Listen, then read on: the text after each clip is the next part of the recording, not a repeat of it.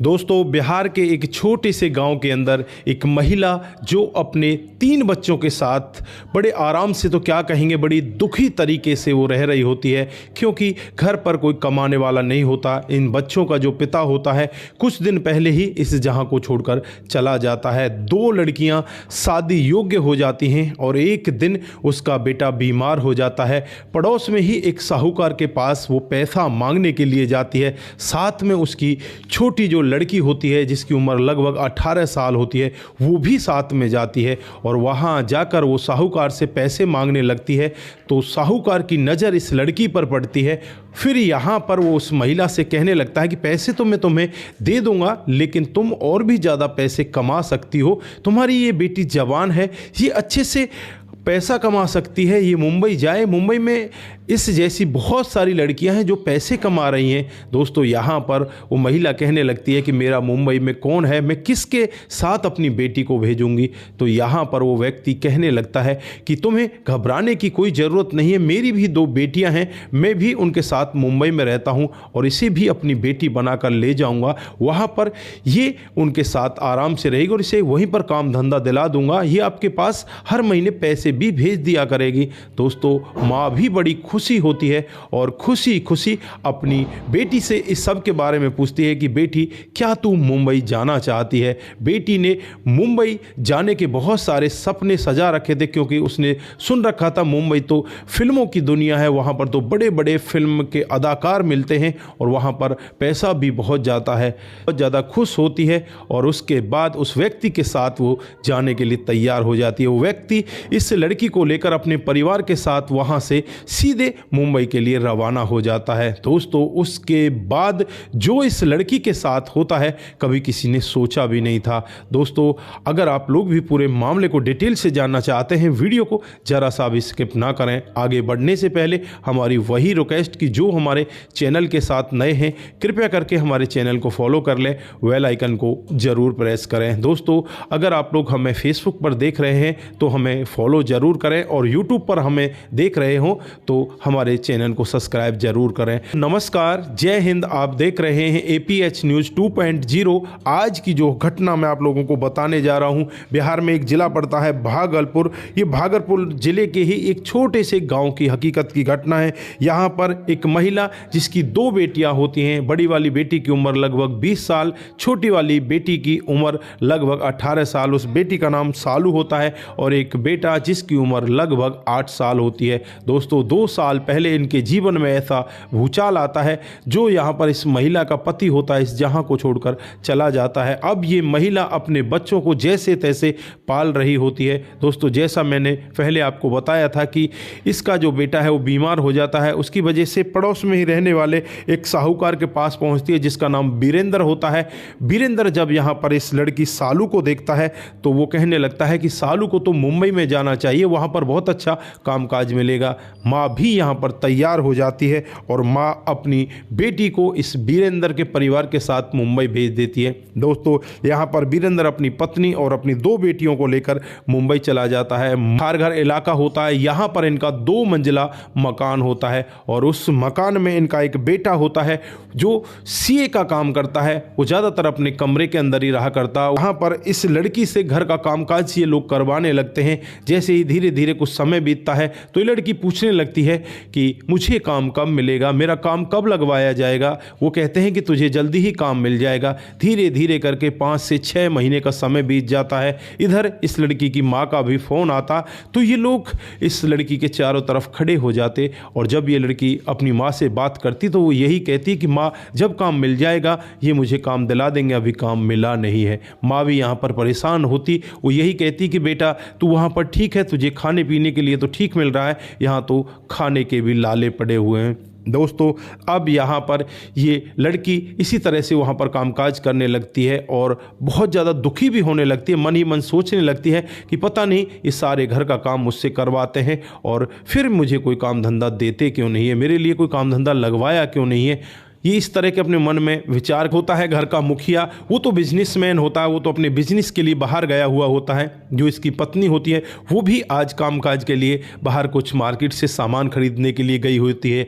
दोस्तों, जो बेटियां होती हैं वो स्कूल गई हुई होती हैं अब यहाँ पर अकेली ये सालू रह जाती है और सालू आज यहाँ पर हिम्मत करके उस ऊपर के कमरे में पहुँच जाती है और वहाँ पर उस दरवाजे को खटखटाने लगती है। वो सोचती है कि शायद इनके लड़के से कोई बातचीत करूँ, यही शायद मुझे कोई काम धंधा लगा दें। अब यहाँ पर सालू जैसे ही दरवाज़ा खटखटाती है तो अंदर से आवाज़ आती है, कौन, सालू हो क्या? तो यहाँ पर वो कहती है कि हाँ साहब, सालू हूँ। तुम्हें मेरे नाम का कैसे पता? तो वो कहता है कि मुझे तुम्हारे बारे में सब कुछ पता हुआ है, तुम यहाँ पर क्यों रह रही हो? तो यहाँ पर वो कहने लगती है कि तुम्हें क्या पता है मेरे बारे में? तो यहाँ पर वो लड़का सीए जो होता है वो कहने लगता है कि तुम अपने घर से बार बार भाग जाती थी, इसलिए तुम्हारी मम्मी ने हमारे साथ में तुम्हें भेजा है। तो यहाँ पर वो एकदम से अचंभे में पड़ जाती है, मैं घर से भाग जाती थी?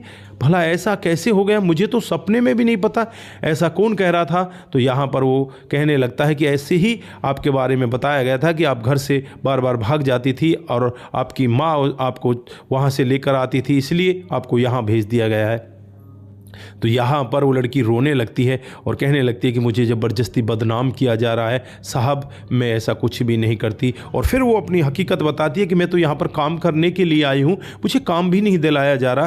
तो इस लड़के की समझ में आ जाता है कि यहाँ पर घर वालों ने इससे इस लड़की के बारे में ऐसा क्यों कहा कि इसका करैक्टर ख़राब है। वो यही चाहते थे कि ये लड़की खूबसूरत है, कहीं इसे देखकर हमारा लड़का पिघल ना जाए और इसके साथ कोई प्यार प्रसंग में ना आ जाए। दोस्तों यहाँ पर इस लड़के को पूरी बातें पता चल जाती हैं। वो लड़का कहने लगता है कि तुम्हें घबराने की ज़रूरत नहीं है, मैं तुम्हारी माँ के पास पैसा भेज दूंगा, मैं सीए हूँ, मैं अच्छे से कामकाज करता हूँ। दोस्तों उस लड़के का नाम पंकज होता है। और फिर यहाँ पर 3 दिन के बाद वो गांव में अपने एक दोस्त के पास फ़ोन करता है और उससे कहता है कि मैं 1 लाख रुपये तुम्हारे पास भेज रहा हूँ, इन 1 लाख रुपयों को फला महिला को जाकर दिया ना। दोस्तों वो व्यक्ति यहाँ उनके घर जाता है और वहाँ जाकर 1 लाख रुपये दे आता है। माँ बहुत ज़्यादा खुश होती है। अब माँ को लगने लगता है कि शायद बेटी की नौकरी लग चुकी है। दोस्तों धीरे धीरे अब यहाँ पर समय बीतने लगता है। एक दिन का वाक़या होता है जब पंकज को पता चलता है कि आज घर में कोई भी नहीं है, तो पंकज दिन में ही छुट्टी करके अपने घर आ जाता है